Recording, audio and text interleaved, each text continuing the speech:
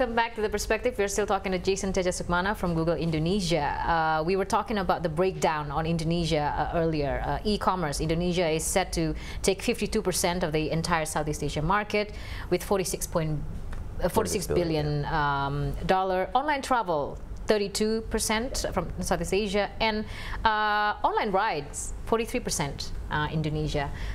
Do you think we have a unique local brand?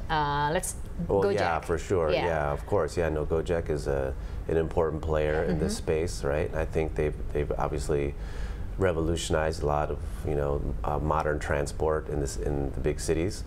And I think that's why, if you look at our prediction that Indonesia's online ride-sharing market will become the largest in Southeast Asia by 2025, it's clear because there are some very innovative players in this space, right? And it's a homegrown brand, Karya Anak Bangsa, right? So they are going very aggressively after this market, and it's a huge especially market. When they recently got a very huge funding. Yeah, right. So I mean, it's a big country, and there's a lot of big cities with more than 2 or 3 million people, right? Would you think that's like the size of Singapore, or what's Singapore, like 6 million or 5-6 million, right? So can you imagine you've got Bandung, Surabaya, Makassar, all these major cities, and they're all using Gojek, right? So with 250 million people here, it makes sense that Indonesia will become the largest online ride-sharing market. And so I think a lot of innovation will be coming out of here too, right? Because there's just so the traffic here is, if you can figure out how to get around the traffic here, you can probably solve a lot of the world's problems. Right, right. Now, from this survey, a good question yesterday, what needs to happen, now that we've seen where the projection is going, what needs to happen, especially for Indonesia? Southeast Asia would need 40 to 50 billion investment over the next 10 years. Indonesia, 15 to 20 billion investment over the next 10 years. Right, so I mean, so the 15 to 20 billion obviously sounds like a lot of money, and it is.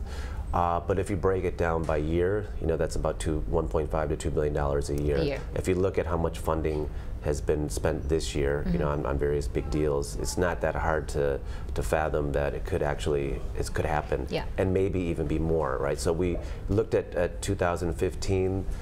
There's already like 155 deals. I don't remember the exact number. I have to check that, but it was like, I think 188 million, something like that, right, last year. So people are investing real money, serious money in Indonesia, and it's going to pay dividends, right? So if you're looking at $10 to $15 billion invested with to produce this $81 billion outcome, that's a 4x return, 400% return on your investments, right? So I don't think it's going to be quite that, the calculation won't be quite that cut and dry, won't be quite that simple, but it needs to happen, and this is all private capital coming in. There will also be governments investing, I'm sure, and then there's also those questions of infrastructure, talent, education, logistics, consumer trust, all these things. These are the elements that, and we all know that how Jokowi's administration has been very aggressive, and he has been very loud and clear,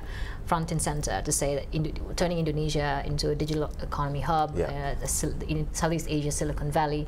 And how does Google view his administration's effort in trying to realize this? May that be on regulatory side, implementation, infrastructure?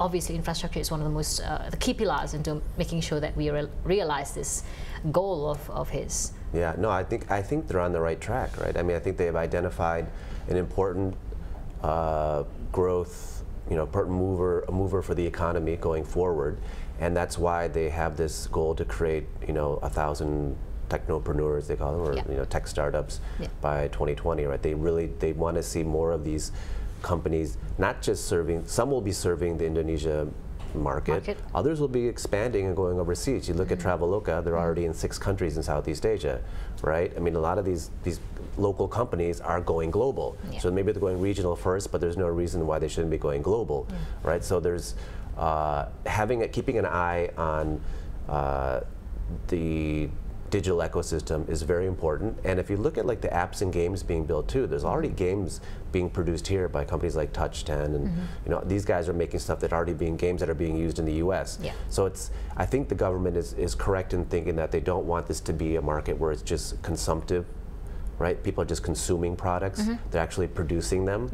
right? So that will have the multiplier effect on the economy, right? So they need to be producing stuff, and you need to be creative to do that. Indonesians are very creative, you know, so it's a matter of helping them funnel that creativity. And at Google, you know, we have a lot of programs that are also trying to help sort of nurture the digital ecosystem by giving training, on-hand training to startups, you know, whether they're at the very early stage or they're at the middle stage, you know, so we can talk about that too if you want. But yeah, sure. But for now, we're going to have to go for the short break. We'll be right back.